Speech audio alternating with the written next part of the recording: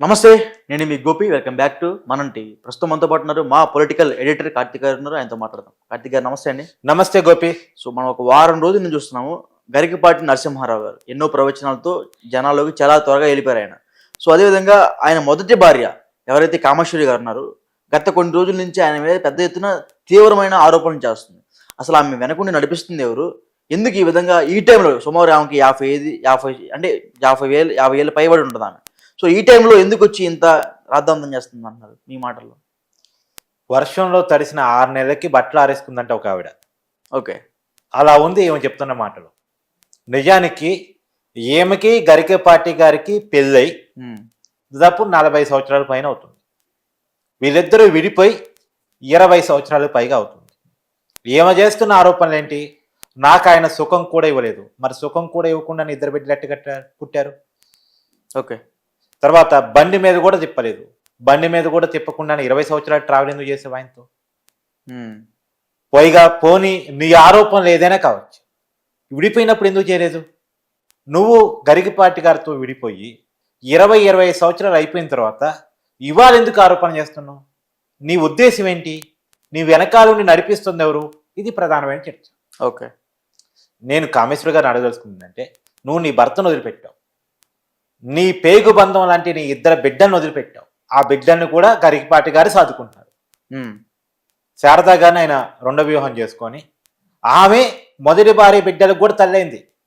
రెండో భార్య మొదటి భార్య బిడ్డలకు కూడా తల్లైపోయింది. ఓకే.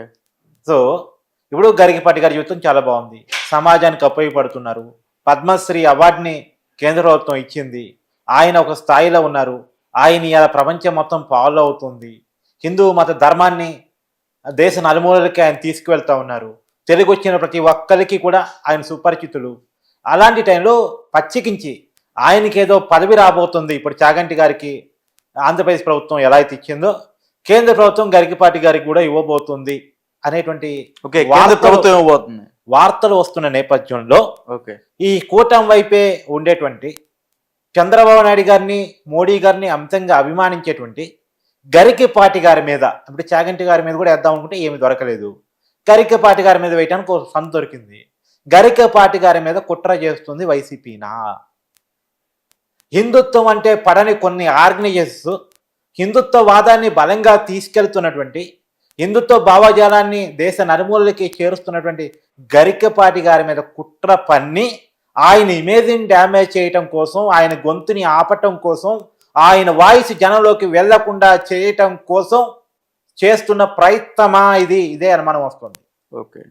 కొంతమంది వైసీపీ నాయకులు, ఒక పర్టికులర్ మతానికి సంబంధించినటువంటి మిషనరీ సంస్థలు కుట్రబన్ని గరికపాటి గారి మీద ఈ పని చేపిస్తున్నట్టు ప్రాథమికమైనటువంటి సమాచారం.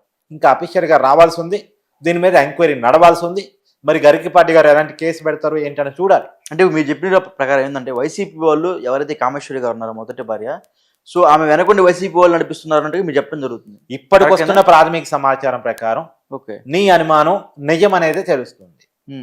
ఎందుకంటే చాగంటి గారికి ఆంధ్రప్రదేశ్ ప్రభుత్వం పదవి ఇచ్చిన తర్వాత కూటమి ప్రభుత్వం గరికపాటి గారికి కూడా ఒక స్థాయిని కల్పించాలని అనుకున్న తర్వాత ఇప్పటికే కేంద్ర ప్రభుత్వం పద్మశ్రీతో ఆయన గౌరవించినటువంటి సమయంలో రాబోయే కాలంలో హిందుత్వవాదం అంతా, హిందూ ప్రజలంతా, ఈ భావనలంతా కూటమితోనే ఉంటారని ఒక పొలిటికల్ భయం ఒకటి.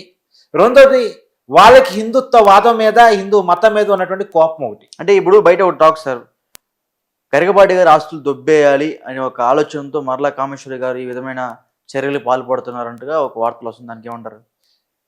కామేశ్వర గారిని రెచ్చగొట్టడానికి, కామేశ్వర్ రెచ్చిపోవటానికి ఈ కారణాలు అయి ఉండొచ్చు. కామేశ్వర గారిని రెచ్చగొట్టే వాళ్ళ కారణాలు ఒక రకంగా ఉంటే, కామేశ్వర గారి కారణాలు మరో రకంగా ఉంటాయి. చెప్పండి. ఇప్పుడు కామేశ్వర గారికి ఏమి ఆశ చూపిస్తారు? నువ్వు గనక గట్టిగా ఆరోపణ చేస్తే, మీడియాలోకి వెళ్ళి మాట్లాడితే, గరికపాటి గారి ఇమేజ్ని డ్యామేజ్ చేస్తే గరికపాటి గారు రాజీకి వస్తారు, గరికపాటి గారి ఆస్తులో నీకు వాటా వస్తుంది. రెచ్చగొట్టే పద్ధతియే కదా. నీకు కూడా మొదటి భార్య కాబట్టి గరికపాటి గారికి మంచి పేరు ఉంది, ఆస్తి ఉంది, హోదా ఉంది. ఆ హోదాలో, ఆస్తిలో, పేరులో నీకు కూడా బాగా వస్తుంది కాబట్టి నువ్వు బయటకు పోయి మాట్లాడు అనేది ఎవరైనా ఎక్కించుండొచ్చు, చెప్పిస్తుండొచ్చు. అందుకని ఇన్నాళ్ళు చెప్పనావిడ, ఇన్నాళ్ళు మాట్లాడిన ఆవిడ ఇవాళ మాట్లాడుతుంది. మాట్లాడే దాంట్లో కూడా ఏమైనా లాజికల్ థింగ్స్ ఉన్నాయా? ఈవెన్ ఆమెకు పుట్టిన బిడ్డలే ఆమె చేస్తున్నటువంటి ప్రచారాన్ని, చేస్తున్న విమర్శల్ని ఖండిస్తున్నారు.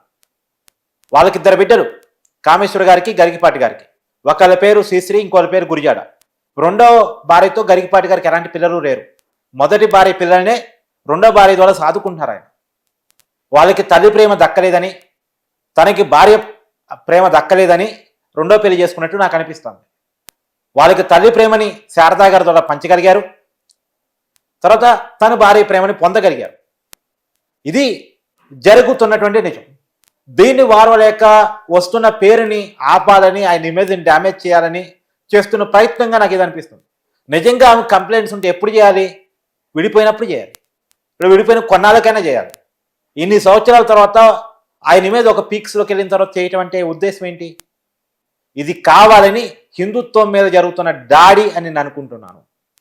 హిందూ భావాజాలాన్ని ప్రచారం చేసే వ్యక్తుల పట్ల జరుగుతున్నటువంటి కుట్రగా నేను అభిమానిస్తున్నాను. ఖచ్చితంగా ఈ గరికపాటి గారి వ్యక్తిత్వం మీద మచ్చేయడానికి వేరే కారణాలు ఏమీ దొరకలేదు కదా. మరి ఇప్పటి వరకు గరికపాటి గారు ఇంకా ఎందుకు స్పందించలేదు అంటారు? ఆయన స్పందించాల్సినంత విషయం కాదు అనేది ఆయన అనుకుంటున్నారేమో. ఆయన టీం స్పందిస్తే కాదు, ఆయన మొదటి భార్య కదా, ఈ విధమైన తీవ్రమైన ఆరోపణలు గురి చేస్తున్నారు ప్రభుత్వం. అంటే మన ప్రజల్లో చెడు ప్రభావం కలిగించే విధంగా మాటలు ఉన్నాయి కాబట్టి డెఫినెట్ గా ఆయన ఇమేజ్ డ్యామేజ్ అవుతుంది. డెఫినెట్ గా వచ్చి ఆయన మాట్లాడాల్సింది ఉంటుంది కదా. ఇప్పుడు బురద వేయటం చాలా ఈజీ గోపి, ఆ బురదను కడుక్కోవడం చాలా కష్టం. ఇప్పుడు ఆ బురదను కడుక్కోవాలని బయటకు వచ్చినప్పుడు రకరకాల ప్రశ్నలు మీడియా, ఆయన పట్ల పగని మీడియా వాళ్ళు, ఆయన అంటే నచ్చిన వ్యక్తులు ఇంకా రకరకాల ప్రచారాలు తీసుకొస్తారు. ఆ మీడియా ముందుకు రావటం ద్వారా మీడియాకి మేత కావటం తప్ప ఇంకేమీ ఉండదని ఆయన భావిస్తున్నారేమో. ఒక సమయం సందర్భం చూసుకొని సమాధానం చెప్తాను అనుకుంటున్నారేమో.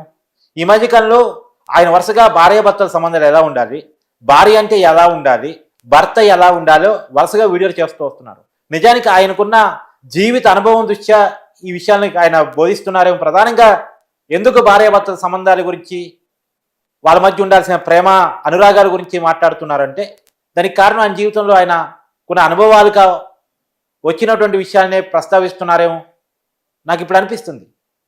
కాబట్టి అంటే ఇప్పుడు ఇంకోటి సార్, గరికపాటి గారికి కొన్ని కాలేజెస్ ఉన్నాయి, విద్యా సంస్థలు ఉన్నాయి. సో వాటి మీద కన్నేసింది, దాంట్లో వాటా కోసం ఇదంతా చేస్తుంటే కొన్ని వార్తలు కూడా వస్తుంది. దానికి ఏమంటారు? ఒకప్పుడు ఆయనకు విద్యా సంస్థలు ఉన్నమాట వాస్తవం, వాటిని తీసేశారు ఆయన. ఆయన అధ్యాపకుడిగా పనిచేసిన మాట వాస్తవం, రిటైర్డ్ అయ్యారు ఆయన. ఇప్పుడు ఆయన హిందూ మతం మీద ఫోకస్ చేసి హిందూ మత ధర్మాలని, వేదాన్ని, పురాణాలని, దేవులని లౌకికంగా ఈ తరానికి అర్థమయ్యేలా చెప్తూ జనంలో తీసుకెళ్తున్నటువంటి వ్యక్తి. అంటే ఇప్పుడు కాలేజీ లేవు, ఇప్పుడేమీ లేవు. పూర్తిగా ఆయన ఉపన్యాసాల ద్వారా, ప్రవచనాల ద్వారా, అవధానాల ద్వారా హిందూ మత యొక్క భావజాలాన్ని, గొప్పతనాన్ని, ఔనిత్యాన్ని ఈ ఆధునిక జనంలోకి తీసుకెళ్తూ ఇక్కడ జనాలకి నచ్చేలా, ఇప్పటి తరానికి నచ్చేలా, మెచ్చేలా, అర్థమయ్యేలా చెప్తూ అనేక సామాజిక సాంఘిక అంశాలని సమాజంలోకి చొప్పిస్తున్నటువంటి వ్యక్తి ఆయన. ఓకే, కాబట్టి ఆయన ప్రభావం చాలా పెద్దగా ఉంది అనుకుంటున్నారు కాబట్టి ఆయన మీద కుట్ర జరుగుతుంది. పళ్ళున్న చెట్టుకే రాళ్ళు పడతాయి అంటారు కదా, అందుకనే ఆయన మీద ఈ దాడి కొనసాగిస్తున్నట్టు నాకైతే అనిపిస్తుంది Gopi. Okay, right. Thank you Karthik garu. Thank you Gopi.